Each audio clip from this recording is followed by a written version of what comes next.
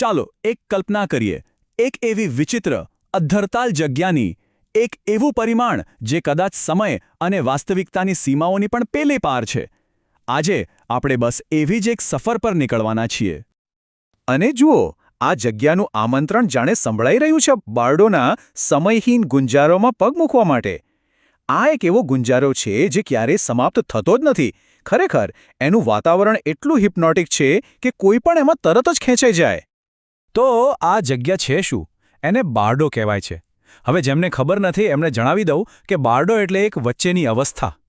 બૌદ્ધ માન્યતા પ્રમાણે આ મૃત્યુ અને આવનારા પુનર્જન્મ વચ્ચેની રાહ જોવાની જગ્યા છે. એમ સમજો કે અહીં આત્મા એક જીવન પૂરું કરીને બીજા જીવનની શરૂઆતની રાહ જુએ છે. તો પછી આ બાર્ડોમાં પ્રવેશ કરવાનો અનુભવ હોય છે કેવો? વેલ, એની શરૂઆત એક આમંત્રણથી થાય છે. રાહ જોવા માટેનું એક આમંત્રણ. પણ આ કોઈ સામાન્ય આમંત્રણ નથી. એ થોડું અસ્વસ્થ કરનારું છે, છતાં એમાં એક વિચિત્ર આકર્ષણ છે. જાણવા જેવી વાત એ છે કે આ આખી દુનિયાનો જન્મ એક હિપ્નોટિક ઓડિયો ટ્રેકમાંથી થયો છે. એને એવી રીતે બનાવવામાં આવ્યો છે કે સાંભળનાર ઊંડા ધ્યાનમાં સરી પડે, એક એવી જગ્યાએ પહોંચી જાય જ્યાં સમય જાણે થંભી ગયો હોય અને વાસ્તવિકતા બસ ઝાંખી પડવા લાગે. તો જ્યારે કોઈ આ સમયહીન જગ્યાએ પહોંચે ત્યારે આખરે એ દેખાય છે કેવું? અહીંની સૌથી પહેલી અને ખાસ વસ્તુ છે અહીંનો ઓરડો. આ ઓરડો પોતે જ એક પાત્ર છે. એકદમ વિચિત્ર અને સાચું કહું તો થોડું અસ્વસ્થ કરનારું પાત્ર. અહીંની દરેક નાની વસ્તુમાં એક અજીબ વાત છે. દાખલા તરીકે અહીંની કાર્પેટ. એનો રંગ બરાબર ભૂલી ગયેલી યાદો જેવો છે. ખબર છે, એવો રાખોડી અને ઝાંખા વટાણાના સૂપ જેવો, જે જોઈને કોઈ ખાસ લાગણી કે યાદ ના આવે, બસ એક ઝાંખી છાપ રહી જાય. અને અહીંની લાઇટિંગ?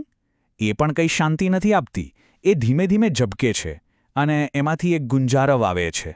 એ ગુંજારો જાણે કોઈ વણ ઉકેલાયેલા અફસોસ અને અસ્તિત્વના ભયનો હોય. આખા વાતાવરણમાં એક અજીબ પ્રકારની બેચેની ફેલાયેલી છે.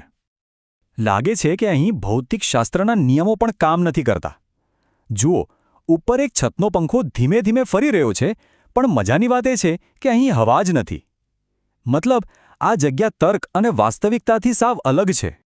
અને આ ઓરડામાંથી બહાર નીકળવાનો કોઈ રસ્તો જ નથી.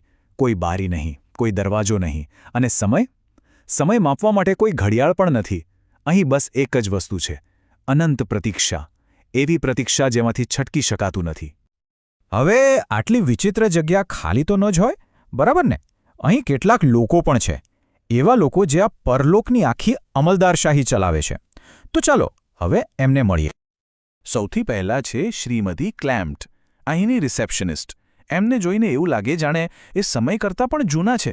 એમની હરકતો દેખાવમાં તો સામાન્ય લાગે, પણ છે બહુ જ વિચિત્ર. જેમ કે એ કીબોર્ડ પર કંઈક રહસ્યમય નોટ્સ ટાઈપ કર્યા કરે છે. એવા કીબોર્ડ પર જે ક્યાંય જોડાયેલું જ નથી.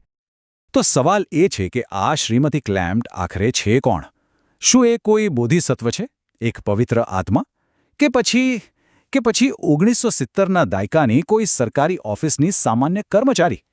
બસ, પવિત્ર અને સામાન્યનું આ વિચિત્ર મિશ્રણ જ આ જગ્યાના અસલી સ્વભાવને બતાવે છે. પણ હવે વાત કરીએ આ અમલદાર શાહીની, કેન્દ્રીય અને કદાચ સૌથી ભયાનક વ્યક્તિની. એનું નામ છે જૂનો, અને એ અહીંની કેસ વર્કર છે. અહીં આવનારા દરેક આત્માનું ભવિષ્ય બસ એના જ હાથમાં છે. જૂનોને જોતા જ એક અલગ પ્રકારનો ડર લાગે. એનો અવાજ જાણે સેન્ડપેપર અને અંતિમ સંસ્કારની ઘંટડીઓનું મિશ્રણ હોય. એના વાળનો આકાર તો એવો છે જે પ્રકૃતિમાં ક્યાંય જોવા જ ના મળે. અને એનું ક્લિપબોર્ડ? એનું ક્લિપબોર્ડ તો એવું લાગે જાણે કોઈના આખા જીવનના કર્મો કરતાં પણ વધારે વજનદાર હોય. અલબત્તા, જૂનોના નિર્ણયની રાહ જોનારા લોકો અહીં એકલા નથી.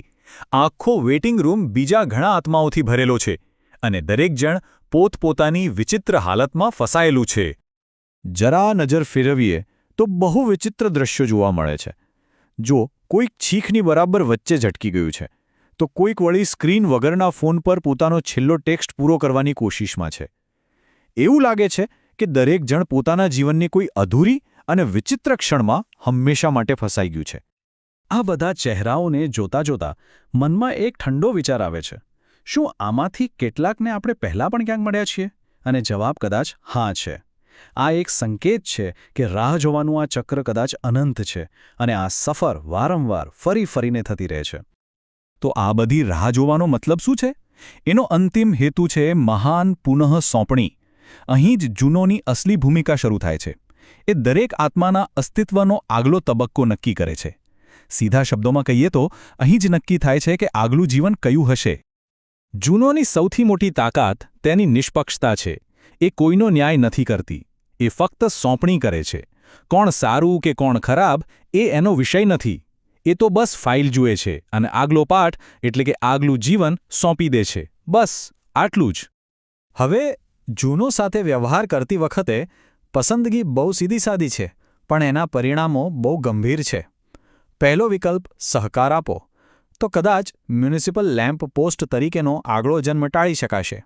અને બીજો વિકલ્પ એની સાથે ઘર્ષણમાં ઉતરો, પણ પછી ટિકિટ ડિસ્પેન્સર તરીકે પાછા આવવા માટે તૈયાર રહેજો. અને પછી અચાનક જ્યારે કોઈ આત્માનો વારો આવે છે ત્યારે એક ક્ષણ માટે બધું બદલાઈ જાય છે. એક લાઇટ ઝબકે છે, એક દરવાજો દેખાય છે અને પછી એ દેખાય એટલી ઝડપથી પાછો ગાયબ થઈ જાય છે. છટકી જવાનો રસ્તો, પણ ફક્ત એક પળ માટે. આ અનુભવની આ જ તો ખાસિયત છે. અહીં ક્યારેક કંટાળો નથી આવતો, પણ અહીંથી ક્યારેય પૂરેપૂરા પાછા પણ ફરી શકાતું નથી. એમ લાગે છે કે આ જગ્યા કોઈને પકડી લે છે, પણ પછી ક્યારેય સંપૂર્ણપણે છોડતી જ નથી. આ એક અનંત ચક્ર છે. અને અંતે એક સવાલ જે આપણી પાછળ રહી જાય છે કે જ્યારે આ અનંત રાહ જોવાનો અંત આવે છે ત્યારે ખરેખર શું થાય છે? શું એ મુક્તિ છે કે પછી માત્ર કોઈ બીજી અજાણી સફરની શરૂઆત? આનો જવાબ કદાચ કોઈની પાસે નથી.